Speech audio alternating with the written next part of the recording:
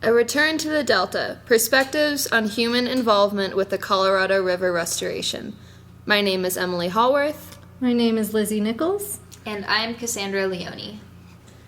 It begins in the form of ice crystals and late spring showers on the slopes of the Rockies in Colorado. Drips off ponderosas, limber pines, blue spruces, and Douglas firs. Ripples past the hoved residents and furry visitors of Rocky Mountain National Park, and meanders through and past the soggy meadow in La Poudre Pass. The icy waters rush into Little Yellowstone Canyon, west to Utah, and surges through the valleys and plains, racing to catch up with passing by trains on the Union Pacific tracks. It serves as Arches National Park's southern border, carves into Moab, and is joined by the Green River, its largest tributary, carrying the history of ancient tribes and red sediment with its vicious velocity.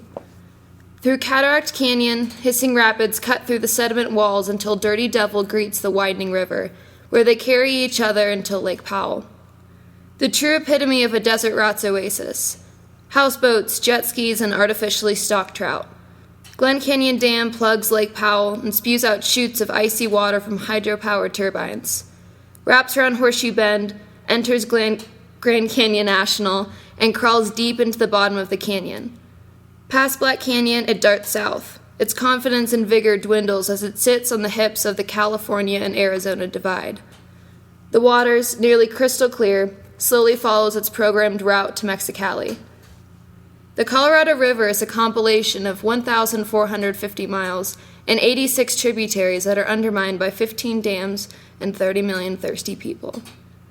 Unfaithful monsoons can help to elevate the river's flow, but the estuary that once was has evaporated into oblivion.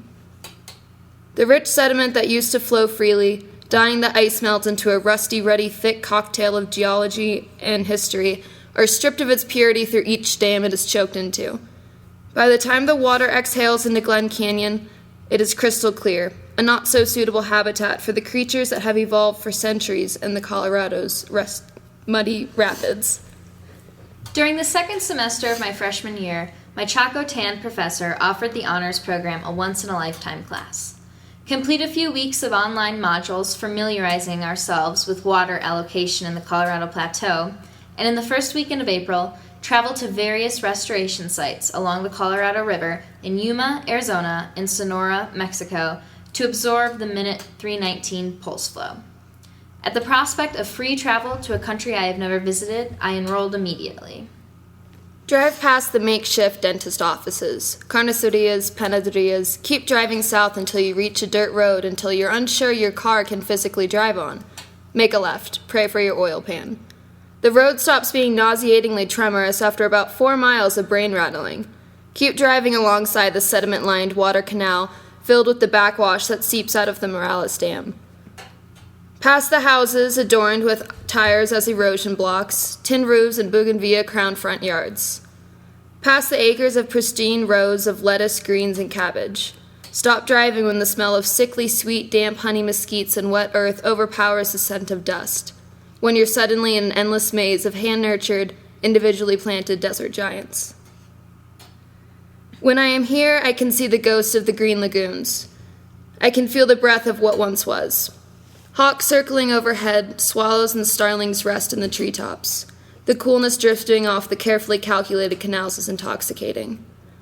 Willows, cottonwoods, and mesquites all graciously offer their shade as we wander through the lush thicket. The smell is something I know too well, a scent that wraps itself in nostalgia and summers spent in the Sonoran Desert. Does anybody know the definition of resilience? Our professor asked us, amid the rustle of overhanging tree branches. The class of 15 kicked at the decomposing leaf litter at our feet. Of course, we all knew the definition, but stayed quiet for fear of being wrong. Eventually, someone answered. He added on to their definition, mentioning that resilience is not just the ability to adapt, but the ability to overcome. Mexico has not yet kissed its summertime, but the lover's approach is close enough to inspire a quickened heartbeat. Perhaps the noses have touched. Perhaps the eyes have closed. I read once that being covered in dirt, like kissing, is a source of endorphins, the chemical explanation behind that feeling usually pinned down as being alive. I am alive, now, slimy with sweat pasting Mexican dirt to my skin. My honors liberal studies class, the Colorado River in the West, has spent the day with the organization Reforesta San Luis, dedicated to Colorado River wetlands restoration, just south of the U.S. border, where the river has now sputtered to a trickle. Once, north, just west of my university, the Colorado carved the Grand Canyon before flowing all the way to the Gulf of California. My class bounces through farmland in our white university van next to the meager river remains flowing straight into agricultural dirt to turn green with crop, well north of the Gulf. We spent the morning planting rows and rows of the cottonwoods and willows which once greened the banks of the Colorado before it was cased in its new cement channels. Our professor, whose voice inhabits an illegible sarcasm, told us we are going to a fiesta, but we have been winding through random, identical Mexican roads for a solid hour. Every time we ask him now where we are going, he remains silent. At one point, we follow a road to a lone roadside tree for 20 minutes, where we finally stop, but only for the professor to get out and pee, for the longest period of time anyone could ever imagine, before U-turning back down the length of the road to return to the maze of racing rows of farmland. One hand propped on his left hip, the other on a splintered shovel, a man whose name I never learned looks out on the rows of carefully planted mesquites and cottonwoods. There were about 20 of us out in Miguel Alemán that day, not including the dog seeking shade under the work trucks. I know he's visualizing the trees a year from now. Or maybe he's wondering why 7 white girls from northern Arizona carried to journey to Mexico for the weekend to help with manual labor. Native desert vegetation is resilient by nature. Give a cottonwood a bucket of water and a 2-foot deep bed in loam. It will grow 10 feet by next season. Give this girl a shovel and she'll plant every seedling in sight. I was born in Buffalo, New York, and soon after moved to Seacane, Pennsylvania, where I would spend all of my childhood's daylight and occasional nighttime hours outside. To this day, my neighborhood on Winbrook Road remains as one of my most vivid memories. I remember the cracked pavement of the driveway and the thrill of jumping into piles of leaves on the curb and digging for worms in the soil of our modest garden on the right side of our house. I remember licking the nectar off of blooming honeysuckle buds and the bitter cologne of my hands after a night of jarring, twinkling fireflies. But most of all, I remember the water. Out of all of the water I experienced in Pennsylvania, the body that I remember the most is the creek. Muckenpattis Creek sat at the end of our neighborhood, its entrance nestled behind the monkey bars I fell off of so many times, adjacent to the bushes where my mom and I would pick raspberries on the way back from the dollar store. If I went back now, I would probably be disappointed. The creek was big, but only in the eyes of a child. I'm sure that after so many hours spent by the water, my mom grew bored of her job as supervisor. However, those are the only eyes I saw it through. As I recall, it was pretty simple as far as creeks go. It ran through the neighborhoods, so there were tall cement walls on either side of the rocky banks, but anyone out on a walk was free to roam along it. It's the place where I learned to skip rocks and where I skipped on rocks. It's the place where I caught and released tadpoles, revisiting their swampy homes on a daily basis to see them advancing in their evolutionary endeavors. Most of all, it's the place I miss the most, and most definitely the place that nurtured my love for water.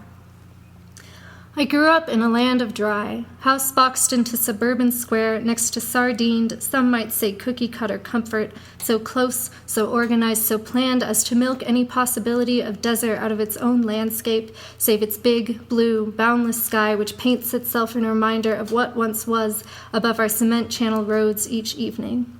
I grew up in a home painted blue, claiming that sky was one of the desert colors the HOA demanded, surrounded by adobe and dirt brown and yards sporting lawns in green, showing off the affluence of first world water rights. I grew up in Phoenix, drowning in a drought from both water and nature. Arriving in Yuma, Arizona surprises one like a dip in the spring Colorado. The cold water is a shock at first, but ultimately the temperature makes sense. Going through dams is going to keep it cold. In the same manner, it is a surprise to see such flourishing vegetation at the end of a monotonous drive through the cacti-speckled Sonoran Desert, but ultimately the green treetops and bursting flower buds make sense. There is a river running through this town.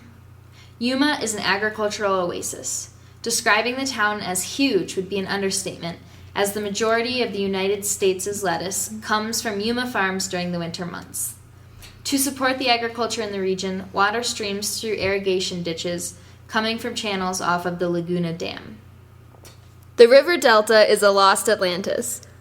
Sediment, seeds, and species carried in this lifeline from deserts, plains, canyons, and high forests gravitate towards their final destination, the Sea of Cortez.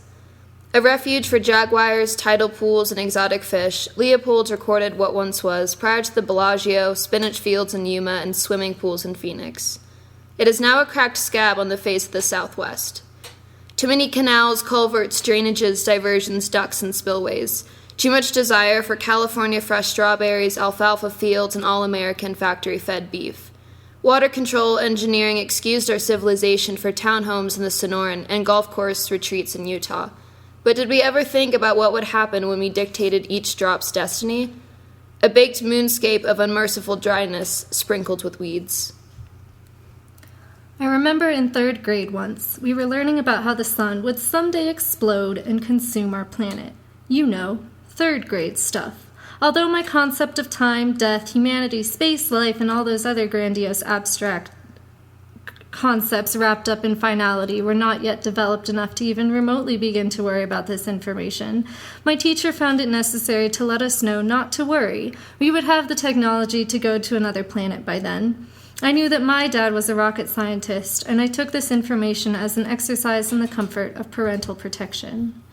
The narrative has since twisted around my mind from that childhood moment. With a better grounding in the abstract, I do not worry about finality and the size of our sun, but its ability to freely come and go on my little planet.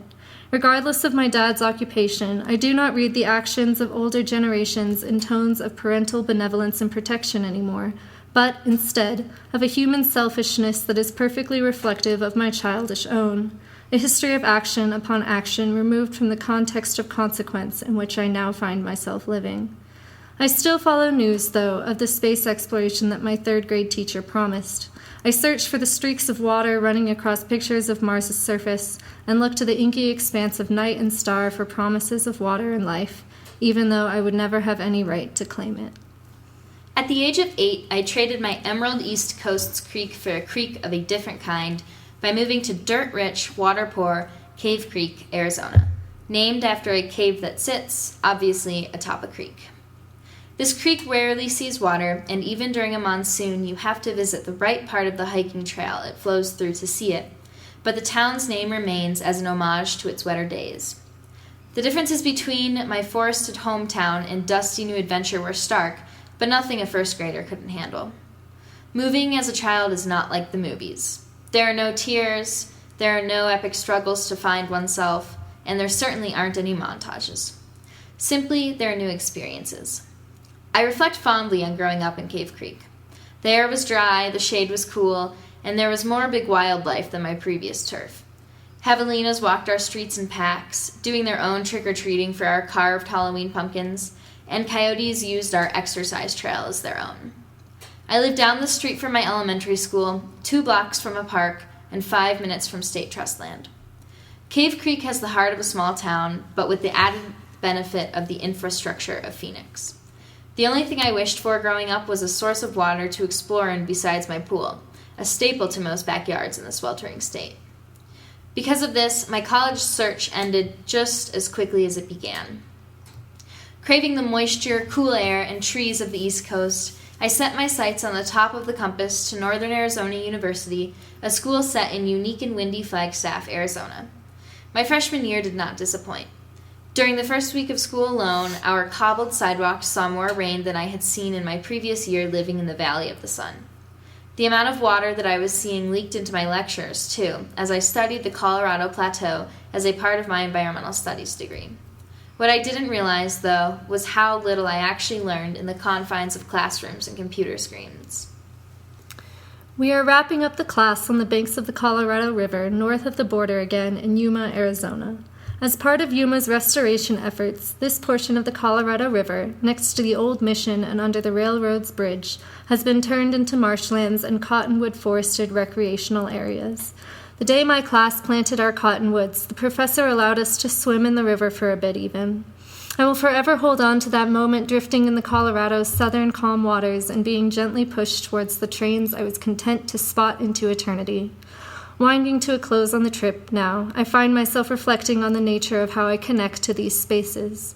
For instance, right now, on the banks of the Colorado River, the heat of the sun and the sound of the birds return me to a space of reminiscence. They resemble the heat and the sounds of my hometown in Phoenix. Similarly, the day before at Laguna Grande, I was reminded of my summer camp through the sparse vegetation mingled with cottonwoods and their sound, purple mountains painting the distant horizon behind it all. I am reminded of happy moments rooted in the past, and am filled with the calm joy of nostalgia. But my memories are layered with the experience of making new memories to inspire a later nostalgia, too. That time I went to Mexico and planted trees. That time I had my first real Mexican food at a fiesta. That time I mooned practically a stranger on the Colorado. I can't help but think of this coexistence of past, present, and future in terms of the Colorado River and its wetlands, too. When I look at these areas, I am inspired to a degree by a sense of total nature that I have never personally known, but connect to in an instant, automatic human sense. Conservation work does not merely translate to habitat protection for me, but to inspiration for this mysterious, sourceless nostalgia. My time planting these trees was not just for the sake of wildlife in these areas. I, like a human, am selfish, but for attempting to string together this isolation of the present along the stitch of the Colorado River.